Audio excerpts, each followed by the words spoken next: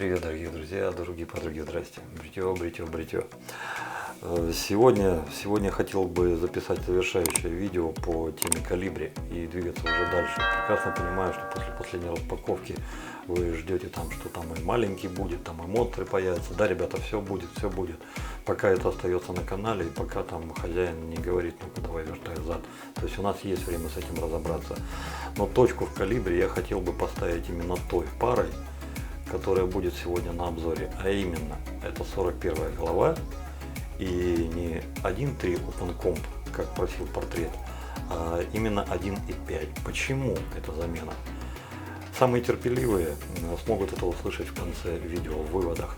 И, кстати, самых терпеливых ждет еще одна награда. Там я еще одну интересную штучку для вас припас. От всей души надеюсь, что вам это понравится. Вы на крупный план. Смотрите все подробно в стихах и в песнях. Я начинаю. Догоняйте.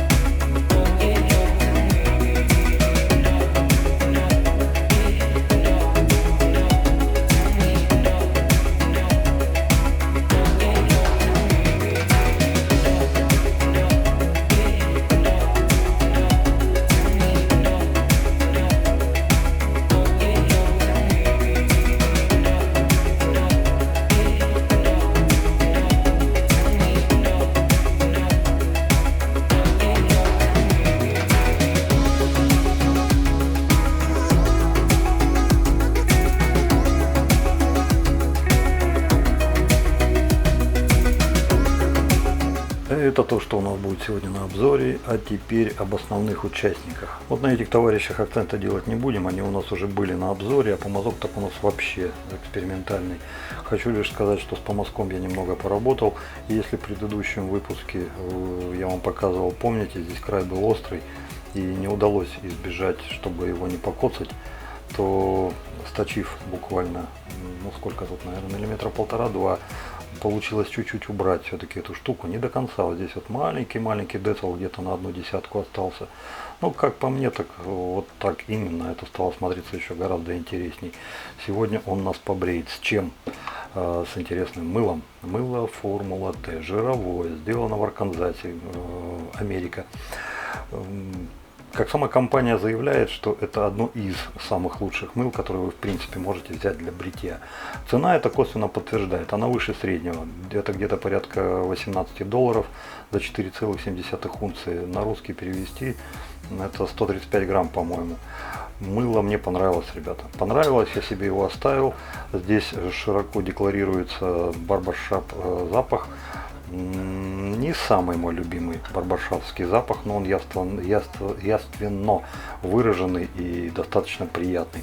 Так что вот сегодня побреем с этим мылом. Лосьон был у нас также Le Père Lucien. Это не папа, это отец. Чем это обусловлено? То ли это церковный сан, то ли это как обращение к папе, но как к отцу, я вот так вот и не понял.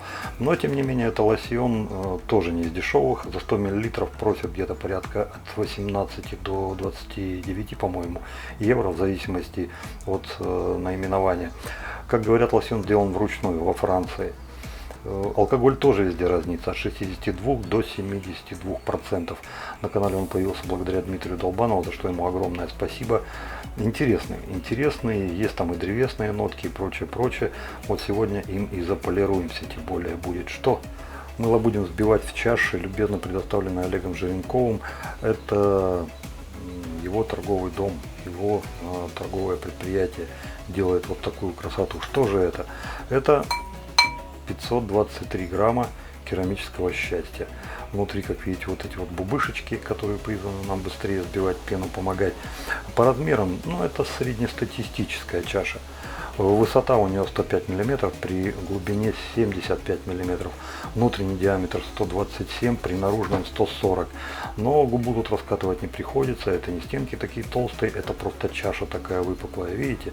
Но тем не менее стенки здесь тоже могут похвастаться, потому что толщина у них не 4, не 3, а аж 5 миллиметров. Посмотрите, как она интересно оформлена в таком старославянском стиле, как у нас раньше в деревнях, на хуторах. Ну, вот в сельской местности использовали молочение, и вот здесь вот что-то такое под наши крынки. Ручка небольшая, не маленькая, достаточно удобная, держать будет хорошо. Для крупных людей я уже говорил, вполне вероятно, что палец у них сюда не войдет, но тем не менее удержит все равно, потому что здесь есть за что держать. Штука хорошая.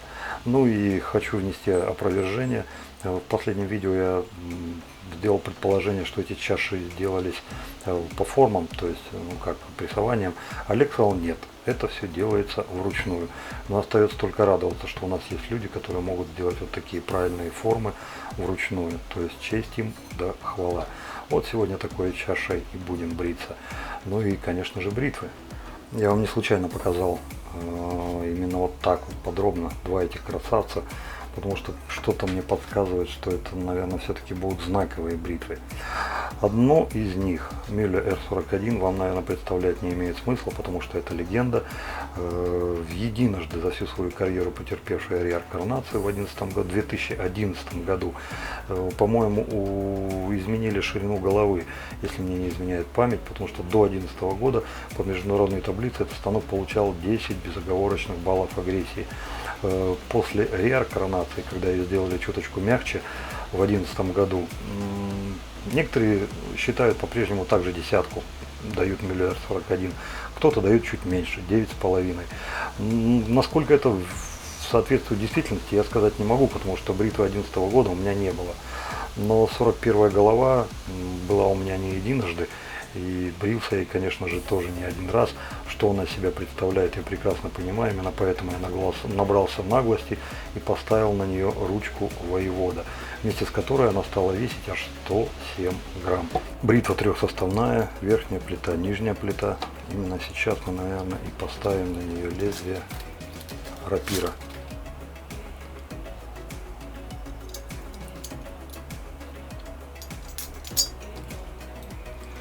Ручка воевода.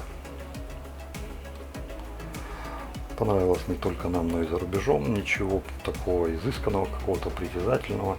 Есть как из нержавейки, так и из титана, так и из цветмета, бронза и медь.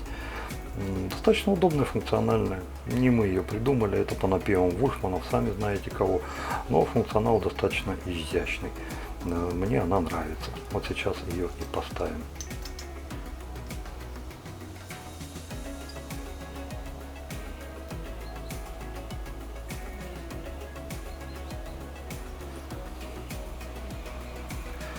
Колибри ГАП 1,5. Эта бритва несколько уступает по весу предыдущему товарищу. Здесь всего лишь в комплекте, вот именно в такой комплектации, 100 грамм. Почему не 102? ГАП 1,5, то есть с плиты снимали больше. Ручка достаточно цепкая, с хорошей крепкой накаткой. Бритва также трехсоставная, верхняя плита, нижняя плита. Шаебочка. Ну и поставим лезвие.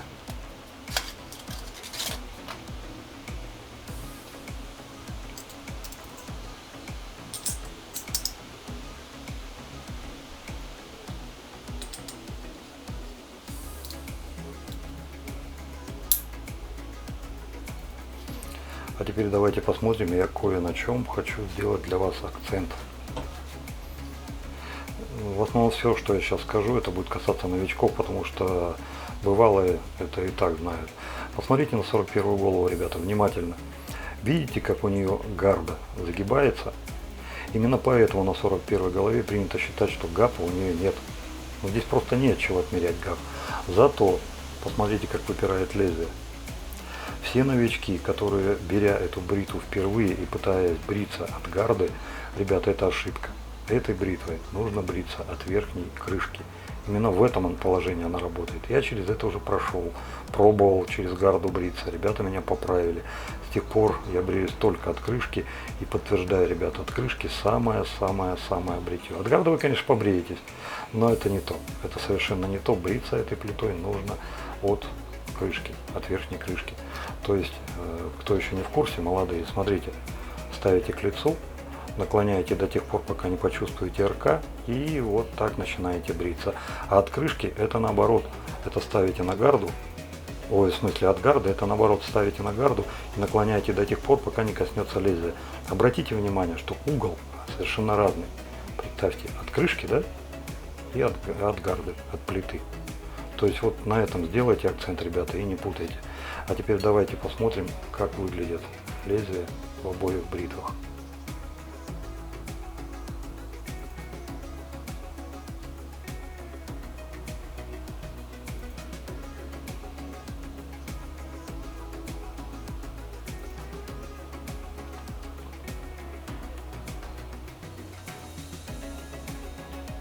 Ну и вылет сверху.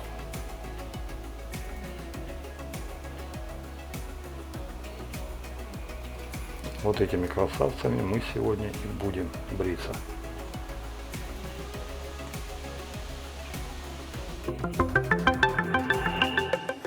Ну, как обычно, чаша пускай греется и плавает. Мыло. Мыло. И прошло.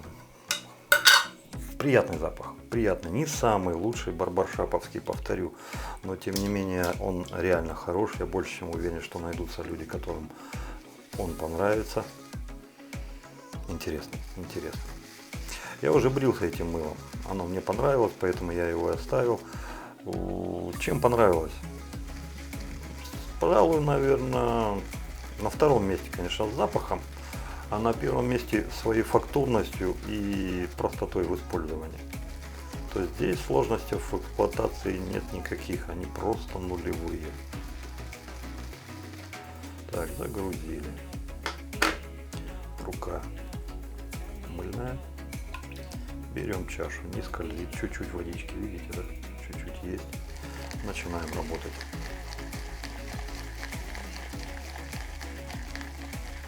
Ручка средняя по длине, в принципе, даже с чашей хорошо. Так, чуть-чуть водички. Тут капель, наверное, 12 получилось. Ну, для затравки этого более чем.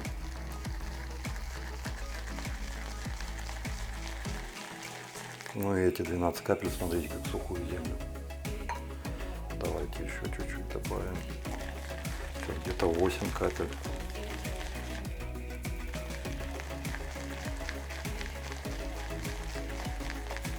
Ну, то есть чаша свой функционал оправдывает полностью. Вот эти бубышки помогают. Пена отбивается хорошо.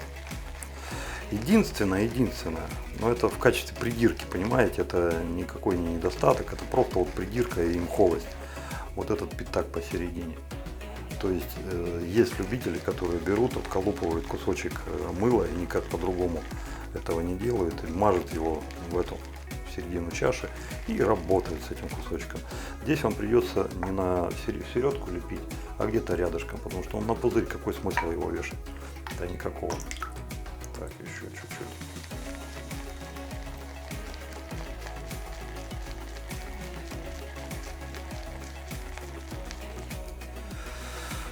Мне нравится. Давайте последнюю партию зарядим. Вот так, наверное, сразу так, чтобы капель тоже 12.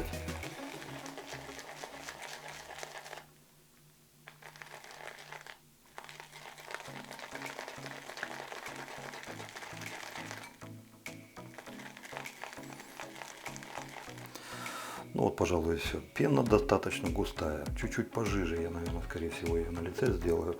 Ну и вангую того, что есть у нас по Москве, хватит до конца бритья. Чашу мы так и не тронем. Все, пошли бриться.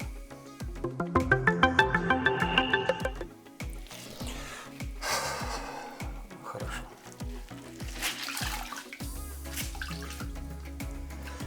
Так.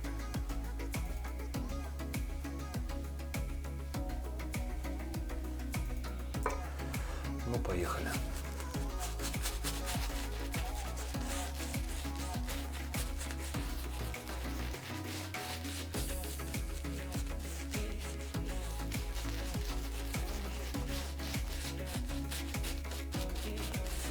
Покрывает. И вот теперь чуть-чуть водички добавлю.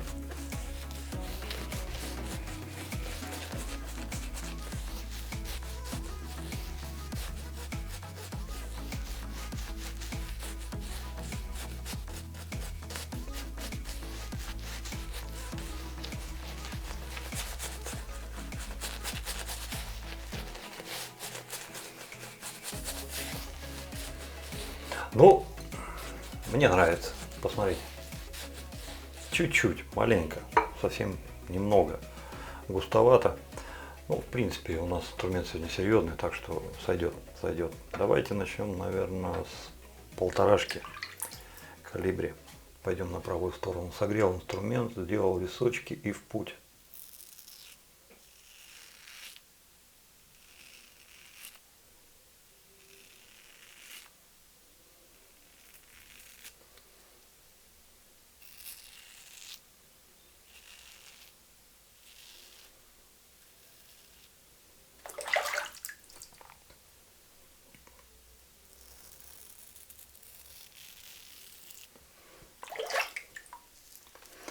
Совсем недавно прочел, что есть человек, у которого на 1,5 с РПЛ закусывает.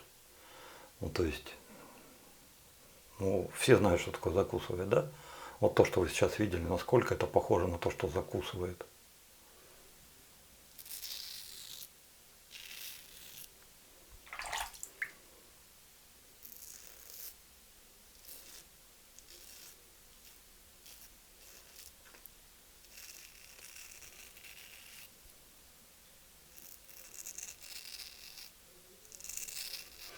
Почему я на этом акцентирую и почему я спрашиваю вас, потому что я сам лично не знаю, как на это реагировать. Вот если есть инструмент, в котором вот эта вот связка, допустим, это вот А и Б, она для меня рабочая 100%. И выходит человек и говорит, а вот эта связка А и Б, он меня закусывает. Я реально не знаю, как реагировать, потому что в моем случае работает. То ли шерсть другая, ну в смысле щетина, то ли водоподготовка другая. Но человек-то опытный, там на это списывать никак нельзя, потому что ну, водоподготовка, он знает, что это такое. То ли лезвие не той системы. Я фиг его знает, но опять же, если человек опытный, он знает, какая у него рапира. Правильная, неправильная. Ну, то есть тут фиг его знает. Я вот реально в ступоре. Ну вот, вот. Вот так здесь закусывает. Ну, согрели 41-ю, давайте, наверное, уже не, знаете, как старый добрый дом, потому что ее уже не было давненько. Так, согрели.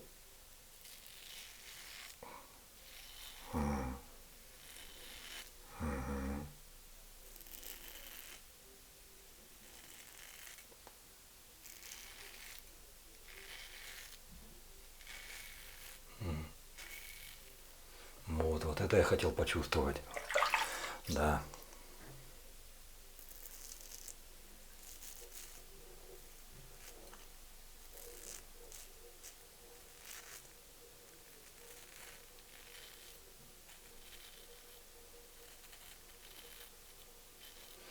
Ну, если что-то пошло сейчас 41 больше, можно было бы тогда уж потянуть, если что закусывает. Ну, конечно, не закусывала, нормально. Второй проход.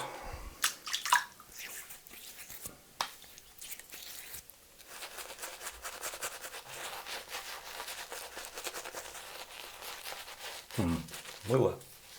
Ты куда делась? Оно лежало-то всего ничего, сколько, полгода, да? И вот сейчас я по лицу проводил, а лицо, ну, такое ощущение, что там не было вообще ничего. Это что? Ну, то есть, что, все? Мыло кончилось, что ли, или что? Ну, а сейчас после второго еще раз посмотрю.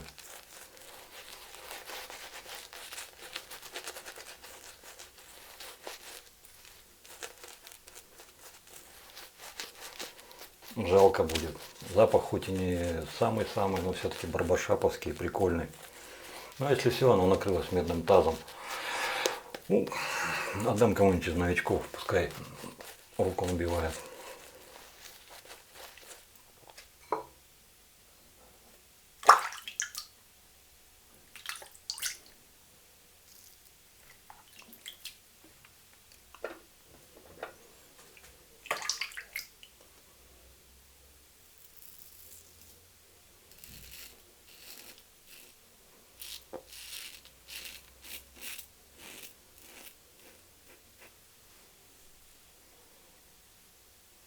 Да. Ну вот практически не осталось. Ну вот это назвать подскольжением, но, наверное, все-таки язык бы не повернулся. Странно, что такое? В первый раз же было нормально.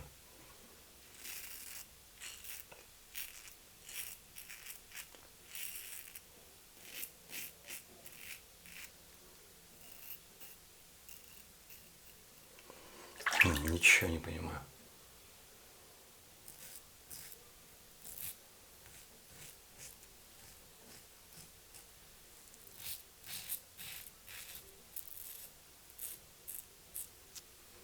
Вот сейчас еще чуть-чуть и на резину бы выскочило. Блин, бред какой-то. Как так может быть, ребята? Ну, за полгода мыло так не может усохнуть, чтобы оно вот прям потеряло по скольжению. Там сколько всего набабасано. Там и жиры, там и масла, там и жожоба, и что там только нету. Не понимаю. Ребята, у кого еще есть формула Т? Было что-то подобное? Нет? Вот если что-то есть такое, ребят, напишите в комментариях, пожалуйста. Очень интересно.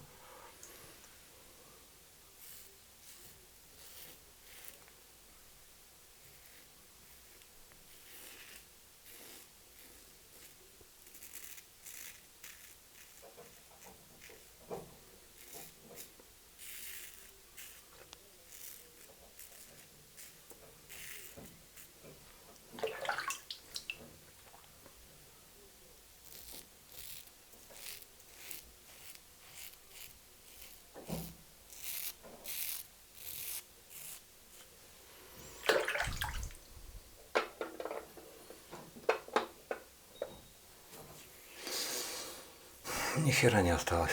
Извиняюсь за мой французский. Да, вот это поворот. Ну, ребята, у кого еще есть формула Т? Скажите свое слово. Очень интересно. Ну, сомневаюсь, вот этого мыла, конечно же, хватит таблица. Просто вот как-то это неожиданно случилось. Вот как факт таблицой прям сейчас переварю это.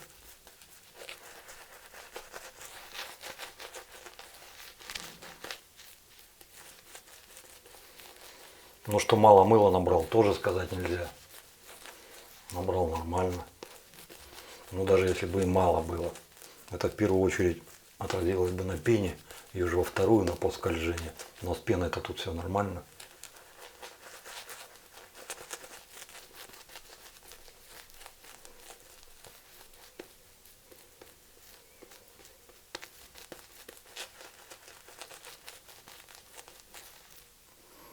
Так, чуть-чуть водички.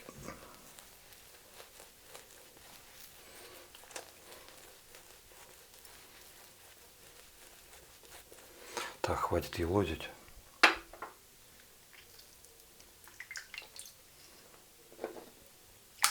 Ну и третий завершающий.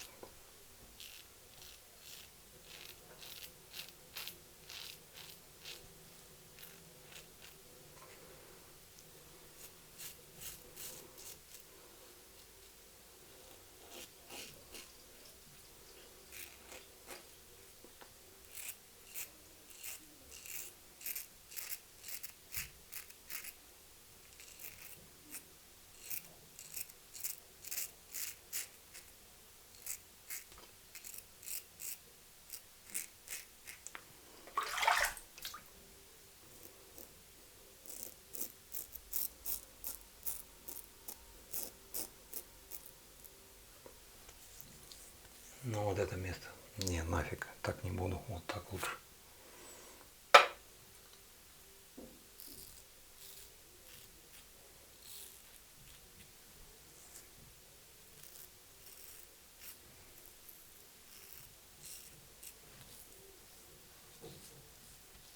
Ну, тут пропустил, блин.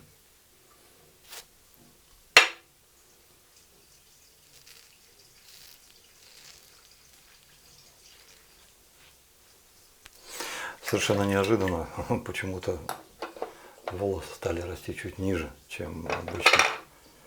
И надо к этому привыкнуть.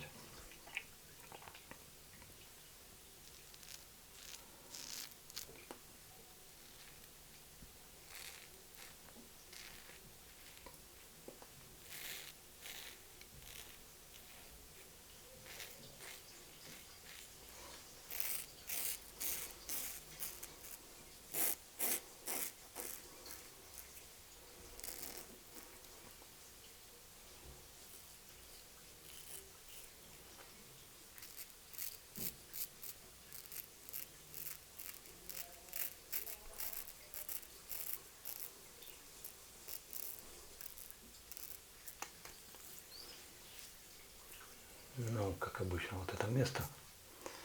И все.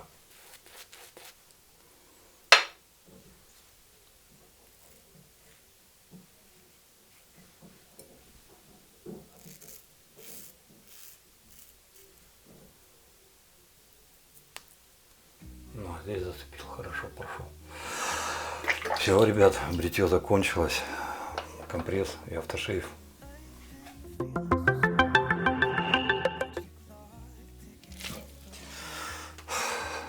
Хорошо, хорошо. Вы знаете, когда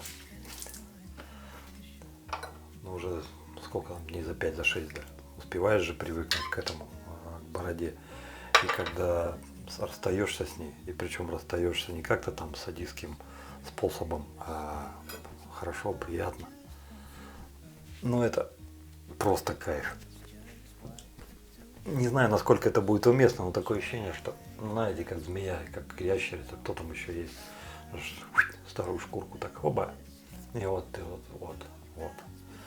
А после этого еще, если еще и нанесешь то, что у тебя вот самое любимое такое по кайфу есть, кто пока моет там то все, наносит пену, кто еще лосьончиком, после лосьончика еще молочком, ну то есть вот свой любимый набор. Что я требовал доказать? Что один, что другой с РПЛ это два бархатных котенка. Ни звука, ни пука. Блин, ну спиртярой прет, конечно. Нет, неправильно сказал, нет. Запаха спирта не совсем. Но вот там мощь, которая заложена в этом фумферике, 62 оборота, она вместе с испарениями своих вот этих ароматов поднимается вверх и так по глазам. Тур-тур-тур. Ну, запах приятный. Он такой древесно-папоротниково успокаивающий такой. Кайфово обалдительный. Ну, вот они все. Вот они, показатели агрессивных острых брит. Ну, это и есть кайф. Это то, за что любят острые бритвы. Когда ты просто как заново родился. И это сразу же после бритья, потому что ваша кожа еще все-таки чуточку распарена. Где-то там что-то как-то вы все-таки можете еще почувствовать. Но пройдет совсем немного времени, там 5-10 минут. У вас кожа придет в обычное состояние, нормализуется, и вы вообще ничего там чувствовать не будете. У вас вообще все ровненько, гладенько, хорошенько будет. Итак, давайте, наверное, по нарастающей. Чаши от Олега Живенкова. Чаши годные, чаши рабочие. Это подтверждено не вчера, не сегодня, не позавчера. Олег делает годный инструмент. В этом обзоре их 3. Это, по-моему, Монарх, если я не ошибаюсь. И 2 вот эти вот черенькие. Ее может забрать каждый, кто пожелает. Условия всего лишь 2. Первое непременно, это вы подписчик нашего канала. А второе, это вы согласны оплатить доставку с точки А в точку Б, то есть из города Омска вот туда, где вы живете. Все. Если вас эти условия устраивают, если вам интересны эти чаши, тогда это будет номер 1, это будет номер 2, а это будет номер 3. Это при розыгрыше на следующей неделе, может быть во вторник, в понедельник, вторник, вот запишем, во вторник, скорее всего, запишем, и я опубликую отдельным видео, и прям вот как вот оно есть, так вот оно и есть. С чашами разобрались. Давайте теперь по бритвам. За 41 говорить трудно, потому что это легенда. Это легенда, которая любима уже не одним поколением вайтшейверов и которая не может не нравиться, потому что это очень-очень-очень эффективный инструмент. Да, требовательный, да, просит за свою очень-очень кое-что. Это знание техники, это осторожность, это царь в голове, чтобы вы понимали, что вы делаете. И если вы все вот эти небольшие условия, их немного, и они простые, будете соблюдать, то выбрит вас, конечно же, просто das ist fantastisch. Просто обалденно. Но есть одно маленькое но. Он агрессивен во время бритья.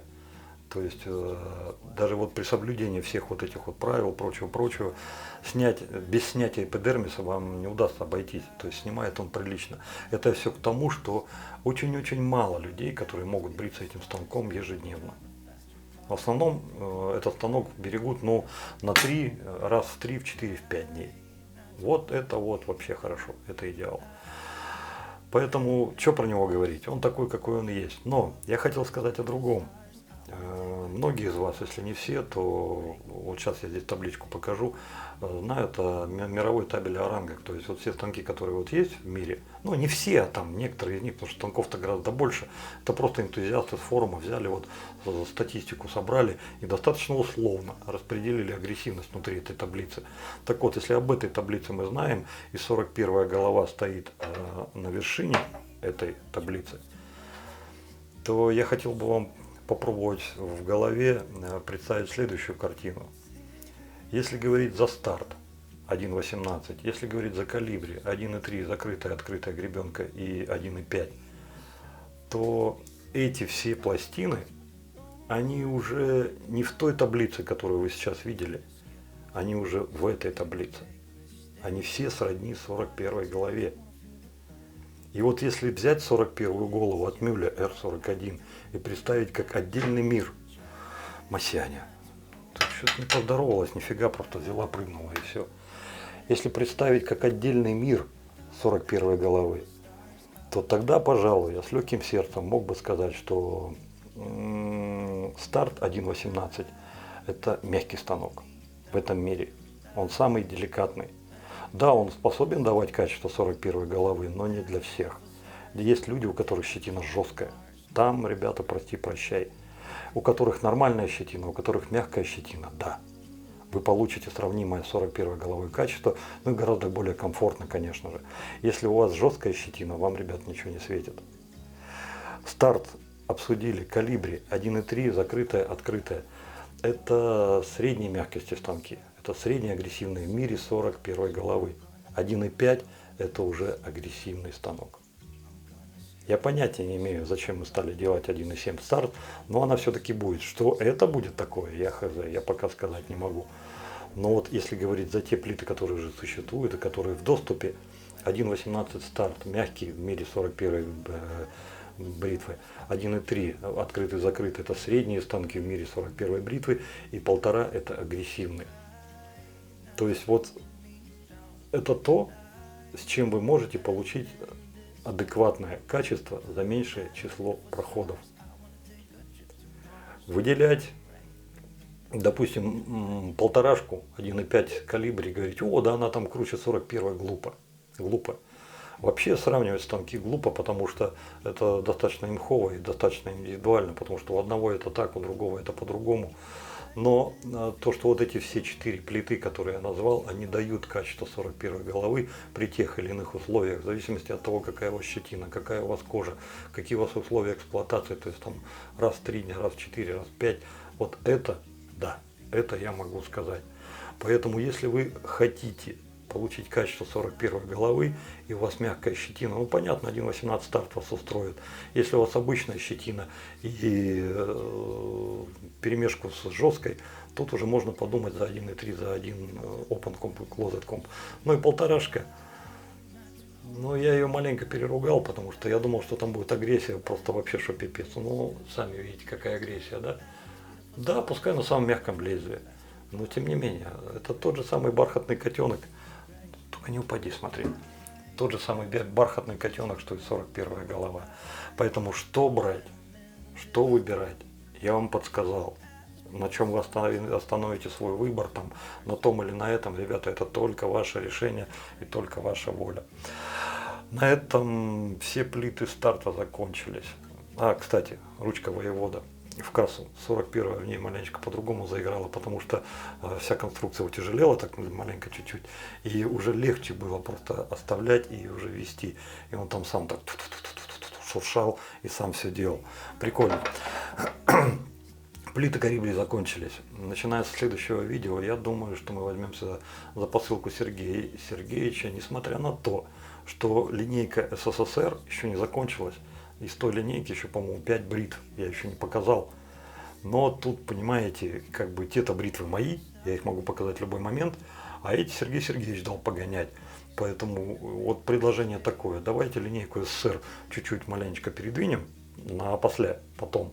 А вот сейчас возьмемся за то добрище, за те сокровища, которые Сергей Сергеевич нам дал на потрогать, на пощупать, вам показать. Ну, если одобряем... А, да, за маленький станок слышал. Ребята, я другого не ждал. Тут нужно понять. Вот смотрите, если, допустим, все лицо полностью брить этим малышом, вы представляете, вот ввиду размеров, сколько времени это займет? Ну, это больше часа, полтора-два. А если, допустим, ну, я при вас, конечно, если, допустим, хотя бы усы там побрею или еще что-то, а потом уже добрею все, потом конец покажу. Ну, то есть тут надо понять, как делать. Потому что, ну, кто будет 2 часа перед экраном смотреть, как один мужик там зубочисткой что-то там щетину по одной себе выдергивает. Ну, понимаете, да? То есть вот тут я еще не совсем понимаю, как это сделать. С одной стороны, хочется полностью побриться, с другой стороны, не хочется утомлять вас. То есть у кого какие предложения, вот буду только рад. Все. До следующего бритья. Розыгрыш по чашам Олега вторник следующей недели. Если вы подписчик и согласны оплатить доставку, других условий нет. Добра, счастья, радости. Берегите себя, берегите своих близких. Дай вам Бог здоровья. Пускай всегда все будет хорошо. Ну и пока. Берегите нервную систему. Это залог вашего здоровья. Ну все. До следующей встречи.